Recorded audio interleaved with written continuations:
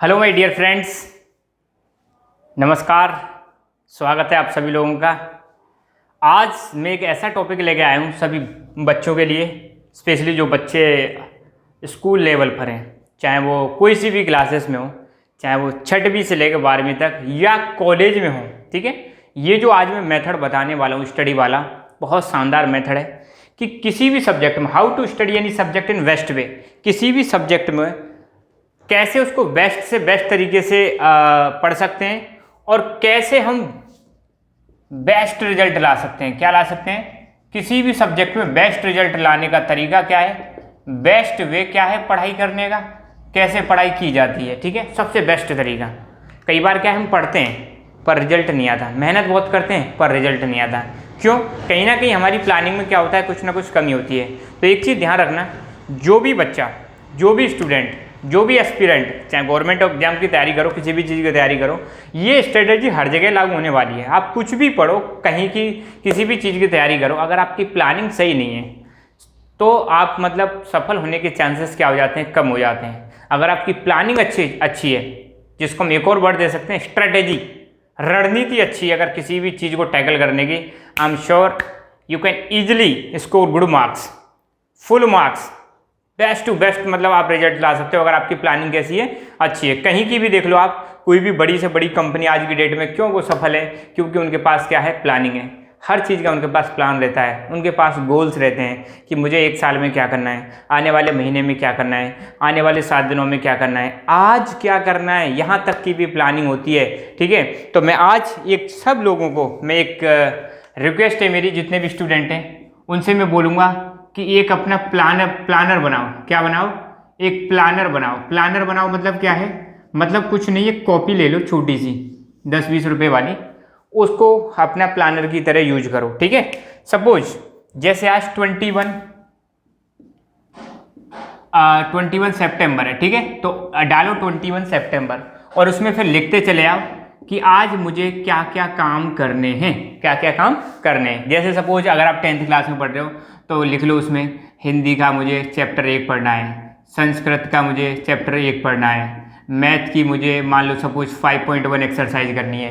ठीक है, या कोई चीज़ का रिवीजन करना है, ये ऐसे करके उसमें लिख लो। क्योंकि लिखने से क्या होता है, आपको पता रहता है कि यार मुझे करना क्या है। आप सपोज मार्केट जा रहे हो कुछ खरीदने, आपने घर में किसी ने बोला कि यार आप इतनी चीज़ें ले आना, आप मार्केट जाओगे, घर आके पता चला 1-2 चीज़ भूल गए। क्यों? क्योंकि आपके पास थी नहीं चीज़ें रिटर्न में, हैं। तो कई बार आपने देखा होगा हमारे घर में बहुत सारे ऐसे लोग होते हैं, अपने बड़े जो होते हैं वो लिख के ले जाते हैं चीज़ें, मार्केट में जाते हैं टिक लगा के, हाँ भाई सारी चीज़ हो गई, तो वहाँ पे संभावना गलती की क्या हो जाती है, कम। तो सेम प्रिंसिपल आपको अपनी लाइफ में भी लागू करना है, स्टूडेंट लाइफ में भी लागू करना है कि हमको चीज़ों की प्लानिंग करनी है।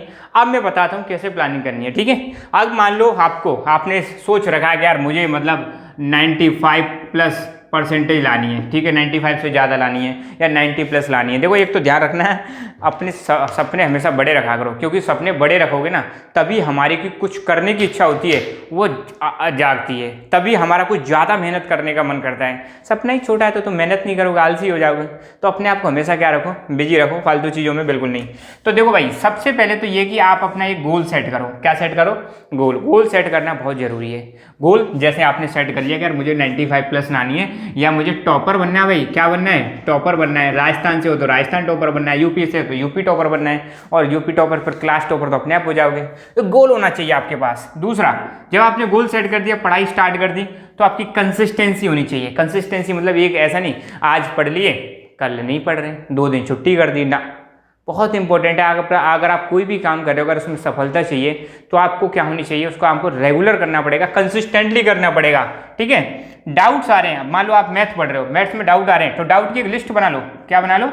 लिस्ट। और फिर जिससे भी आप पढ़ रहे हो उनसे पूछो कि सर मेरे ये डाउट हैं। तो ये स्टूडेंट की और प्रॉब्लम रहती है, कई बार डाउट होते हैं, क्लास में टीचर पूछता है कि हाँ सबके समझ में आ गया, सब कह देते हैं आ गया, मगर किसी को खड़ा कर लो, पूछ लो तो फिर बता नहीं पाते।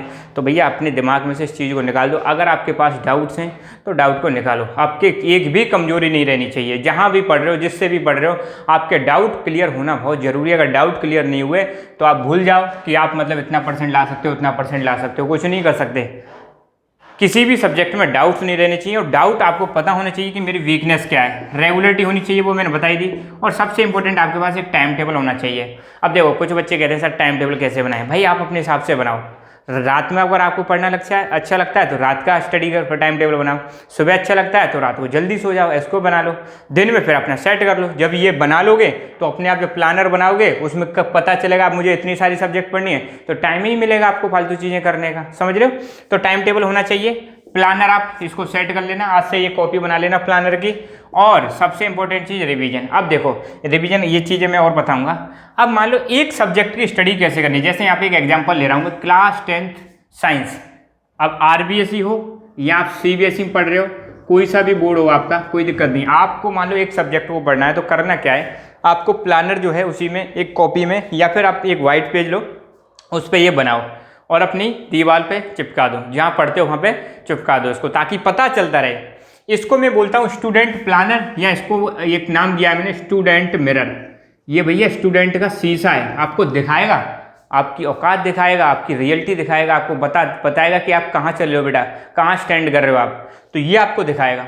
सेल्फ एनालिसिस कर सकते हो उसे कि मैं कहाँ चल रहा हूँ, बाकी कहाँ है और मुझे क्या करना पड़ेगा। तो हर सब्जेक्ट है, जैसे मान लो आपकी 6 सब्जेक्ट हैं, तो 6 सब्जेक्ट कैसे प्लानर बना रहे हैं, कैसे बनाने। पहले कॉलम में आपको चैप्टर नंबर लिखने हैं, जैसे 1 से 20 तक या 1 से 15 जितने भी। दूसरे कॉलम में आपको लिखना है चैप्टर्स के नेम, जैसे यहाँ मान लो food and human health, human system, genetics, ऐसे ही करके चैप्टर्स के नाम। अच्छा, अब यहाँ पे लिखना है रीडिंग। अब सोचो आपने अगर पहला चैप्टर पढ़ दिया तो टिक लगा देना यस, दूसरा चैप्टर पढ़ लिया यस, तीसरा पढ़ लिया यस, चौथा पढ़ लिया यस, रीडिंग हो गई तो रीडिंग।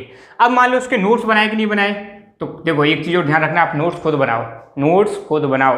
खुद नोट्स बनाने का फ़ायदा ये रहता है बेटा, नंबर 1, जो नए नए शब्द होते हैं वो आपके माइंड में आ जाते हैं, लिखने की हैबिट में आ जाते हैं, लिखने की स्टडी का जो राइटिंग स्पीड है वो बढ़ जाती है, राइटिंग भी सुधरती है। एग्जाम में जब आप लिखोगे पेपर तब वहाँ पे दिक्कत नहीं आएगी। कई सारे डायग्राम्स होते हैं, न्यूमेरिकल्स होते हैं, वो लिखने से अच्छे हो जाते हैं। तो मैं आपको सजेस्ट करूँगा kindly make your own notes. किसी दूसरे के नोट्स है तो उनको अपनी लैंग्वेज में या अपने अलग से कॉपी में रजिस्टर में लिख दो, ठीक है। अच्छा, नोट्स बने कि नहीं बने। अब कहानी शुरू होती है कि किसी भी सब्जेक्ट को आपको मास्टर बनना है, अच्छी तरह से उसका क्लियर करना है। तो भाई उसकी सबसे बड़ा, अब देखो स्टूडेंट की लाइफ में सबसे इंपॉर्टेंट चीज़ जो है वो है रिवीजन। क्या है? रिवीजन। अगर किसी भी सब्जेक्ट में आपको मास्टरी हासिल करनी है, किसी भी सब्जेक्ट में आपको मास्टरमाइंड बनना है, किसी सब्जेक्ट में एक्सपर्ट बनना है, टॉप बनना है, तो भैया उसका जितनी बार रिवीजन हो जाए उतनी बार कर लो। क्योंकि जितना ज़्यादा रिवीजन करोगे उतना ज़्यादा आपका कॉन्फिडेंस बढ़ेगा। क्या बढ़ेगा? उतना ज़्यादा आपका कॉन्फिडेंस बढ़ेगा। और जितना ज़्यादा रिवीजन करोगे उससे आपका रिजल्ट अच्छा होगा। क्या अच्छा होगा? रिजल्ट अच्छा होगा। और जितनी ज़्यादा बार रिवीजन करोगे उतने ही आपके टॉप होने की संभावना बढ़ जाती है। जितना ज़्यादा रिवीजन करोगे उतने ही डाउट्स निकल के आएंगे। क्या निकल के आएंगे? डाउट्स निकल के आएंगे। और जितना ज़्यादा रिवीजन करोगे डाउट्स आपके क्लियर होंगे, और जब आपके डाउट्स क्लियर होंगे तो सब्जेक्ट में क्लैरिटी आएगी, और सब्जेक्ट में क्लैरिटी आएगी तो मार्क्स भी आपके कैसे आएंगे? अच्छे। तो कोशिश करो, मैं यहाँ पे जैसे मान लो स्टार्टिंग में आप टारगेट बनाओ कि यार मुझे हर सब्जेक्ट को एटलीस्ट 5 टाइम्स रिवाइज करना है। कितनी बार? 5 टाइम्स रिवीजन करना है। और फिर देखो एक चीज़ मैं बताता हूँ, पहली बार सब्जेक्ट पढ़ो तो टाइम ज़्यादा लगेगा, नेचुरली ज़्यादा लगेगा। जब उसको रिवाइज करोगे तो टाइम कम लगेगा, फिर और रिवाइज करोगे टाइम और कम लगेगा, फिर और करोगे और कम लगेगा। मतलब अपनी ऐसी कैपेसिटी बिल्ड कर लो कि एक दिन में एक सब्जेक्ट रिवाइज। क्योंकि पेपर से पहले क्या होता है, पेपर से पहले हमें एक दिन ही तो मिलता है पेपर देने के लिए। अब कुछ लोग तो क्या डर जाते हैं, तो भैया यहाँ पे देखो जो डर रहे हैं तो उनका तो कोई इलाज नहीं है। तो आपको ये कैपेसिटी डेवलप करनी पड़ेगी, अपना जो है रिवीजन बढ़ाना पड़ेगा। और ज़्यादा रिवीजन करोगे तो ज़्यादा रिवीजन करने से क्या है, आपकी कैपेसिटी बढ़ेगी, आपकी सिटिंग पावर बढ़ेगी। आप मान लो हर सब्जेक्ट को रिवाइज कर रहे हो, हर सब्जेक्ट को रेगुलरली पढ़ रहे हो, तो आपकी भी तो स्ट्रेंथ बढ़ रही है। और ज़्यादा रिवीजन करने से आपकी कॉन्फिडेंस बढ़ता है। लास्ट टाइम पेपर में हमें यही चाहिए कि फटाफट हम रिवाइज कर सकें, और फटाफट जब रिवाइज करोगे तो उसके लिए चाहिए कि उससे पहले कम से कम 5-6 बार आपने रिवाइज कर लिया हो। तो आप मान लो रिवीजन हो गया, पहला चैप्टर का रिवाइज रिवाइज रिवाइज। अब इनको देखते रहोगे, सारी सब्जेक्ट आप देखोगे, डेली आपके आंखों के सामने रहेगा, तो आपको पता चल जाएगा यार आपकी कंडीशन कहाँ है, मैं कितना पीछे चल रहा हूँ। हर सब्जेक्ट की 6 ऐसे बना के चिपका लो अपनी टेबल के पास, जहाँ पे स्टडी टेबल है वहाँ पे चिपका लो। तो आपको डेली पता रहेगा कि यार मैंने इस सब्जेक्ट में तो एक भी चैप्टर नहीं पढ़ा, या इस सब्जेक्ट में तो इस सब्जेक्ट में तो एक भी बार रिवीजन नहीं किया। तो ये आपको मोटिवेट करेगा, कोई दूसरा की कहने की जरूरत ही नहीं पड़ेगी, ये खुद बता देगा बेटा पढ़ ले, क्योंकि तुम कहाँ चल रहे हो। ठीक है। और देखो सबसे बड़ी बात, सबसे बड़ी बात ये कि अगर मान लो ये चीज़ भी करनी है, देखो अब बिना मैं क्या करूँ यहाँ पे मैं बताता हूँ। अब कुछ चीज़ें आपको ध्यान रखनी है। पहली बात तो आपको ये सोचना है कि you can do it, you can do it, तो आप लिख लेना आई कैन डू इट, मैं ये कर सकता हूँ। स्टार्टिंग में प्रॉब्लम आएंगी भाई, अब देखो स्टडी में प्रॉब्लम नहीं आती, उसको संघर्ष बोलते हैं। हर सब्जेक्ट में आपको संघर्ष करना पड़ेगा, जितना ज़्यादा संघर्ष करोगे उतना ही ज़्यादा रिजल्ट मिलेगा। तो पहली बात तो कुछ भी इम्पॉसिबल नहीं है। कई बार बच्चे पहले ही डिसाइड कर लेते हैं यार मुझे मैथ समझ में नहीं आती, मुझे साइंस समझ में नहीं आती, मुझे एसएसटी समझ में नहीं आती। तो भैया उस विचारधारा को हटाओ, मेंटली जो ब्लॉक लगा रखा है उसको हटाओ। पहले तो जो बोलो I can do it, I can do it, मैं कर सकता हूँ। If others can do it then I can also do it, जब बाकी कर सकते हैं तो भैया मैं भी कर सकता हूँ। तो पहली बात तो ये।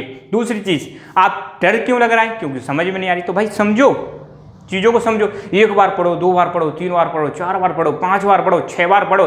टीचर से 1 बार 2 बार जितनी बार पूछना है उतनी बार पूछो, क्योंकि जब तक आप चीज़ों को समझोगे नहीं तब तक चीज़ें समझ में नहीं आएंगी। और जब डर बढ़ता जाएगा तो फिर सिंपल सी बात है वो सब्जेक्ट बेकार लगेगी। ठीक है, थोड़ा सा मैं यहाँ पे कहूँगा कि जिस भी सब्जेक्ट में आपको कमी लग रही है तो उसके बेसिक्स पर भी ध्यान दो। किस पर ध्यान दो? बेसिक्स पर ध्यान दो। बेसिक नॉलेज लो, छोटी छोटी चीज़ों को समझो। तो बेसिक्स जब अच्छे के लिए, अब जैसे मैथ है, मैथ में मैंने देखा बहुत सारे बच्चे एलसीएम लेने में गड़बड़ी कर देते हैं, पॉइंट के मल्टीप्लाई करने में गड़बड़ी कर देते हैं, अंडर रूट में कुछ आ जाए तो उसमें गड़बड़ी कर देते हैं, डिवीजन में गड़बड़ी कर देते हैं, मल्टीप्लाई में गड़बड़ी कर देते हैं। तो भाई बेसिक चीज़ें स्ट्रॉन्ग बनाओ अपने आप को, ज़्यादा प्रैक्टिस करो। सबसे इंपॉर्टेंट प्रैक्टिस। एक और चीज़ क्या निकल के आ जाएगी, आपको प्रैक्टिस बहुत करनी पड़ेगी। मैथ है तो धुआंधार प्रैक्टिस करो, साइंस के न्यूमेरिकल्स हैं तो उसकी प्रैक्टिस करो, और साइंस के डायग्राम्स हैं उसकी प्रैक्टिस करो। तो प्रैक्टिस प्रैक्टिस प्रैक्टिस और revision revision revision will make you more smart, more intelligent. ठीक है, पहले से ज़्यादा अच्छा बना देगा। तो ये किसी भी सब्जेक्ट को पढ़ने का तरीका है। आपको ऐसे ही 6 सब्जेक्ट का प्लानिंग करना है। आप कोई सी भी क्लास में हो, हर सब्जेक्ट की ऐसी ही प्लानिंग करनी है आपको।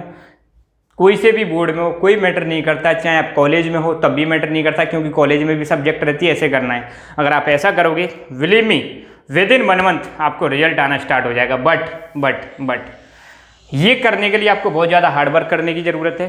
ठीक है, अब कुछ लोग कहते हैं हार्डवर्क नहीं स्मार्ट वर्क करो। भैया ये स्मार्ट ही है, आप जो प्लानिंग बना रहे हो स्मार्ट वर्क ही है। ठीक है, और स्मार्ट वर्क के लिए भी किसकी ज़रूरत पड़ेगी? हार्ड वर्क की। ठीक है, उसमें हार्ड वर्क तो लगेगा ही लगेगा। दूसरा, डिटर्मिनेशन। आपका डिटर्मिनेशन होना चाहिए बहुत ज़्यादा स्ट्रॉन्ग। डिटर्मिनेशन का मतलब है दृढ़ निश्चय करना पड़ेगा, नहीं मुझे करना है तो करना है। तो मतलब आपकी जो डिजायर है ना, आपकी डिजायर कैसी होनी चाहिए? बर्निंग डिजायर होनी चाहिए। नहीं मुझे तो मतलब ये चीज़ करनी है तो करनी है, I have to do it. Burning desire, प्रबल इच्छा होनी चाहिए आपके अंदर, मुझे करना है चाहे कुछ भी आए, कुछ भी दिक्कत आए। मुझे बाकी सारी चीज़ों का सेक्रीफाइस करना है। मुझे मोबाइल गेम नहीं खेलना, मुझे यूट्यूब पर वीडियोज़ नहीं देखने फालतू, मुझे कोई मूवीज़ नहीं देखनी, मुझे कहीं मार्केट नहीं जाना, मुझे कहीं रिलेटिव्स के यहाँ नहीं जाना। मुझे तो क्या करना है भैया? स्टडी करनी है। क्या करनी है? स्टडी। और मुझे क्या करना है? अपनी टॉपर बनना है। क्या बनना है? टॉपर। क्योंकि लाइफ में एक बार आप सफल हो गए ना, उसके बाद खूब मौज मारो। समझ रहे हो? नहीं तो फिर जिंदगी भर परेशान रहोगे। तो इसलिए सेक्रीफाइस कर दो, छोटी मोटी चीज़ों को क्या करो? सेक्रीफाइस। गोल अपना हमेशा हाई सेट करके रखो। कैसा सेट करके रखो?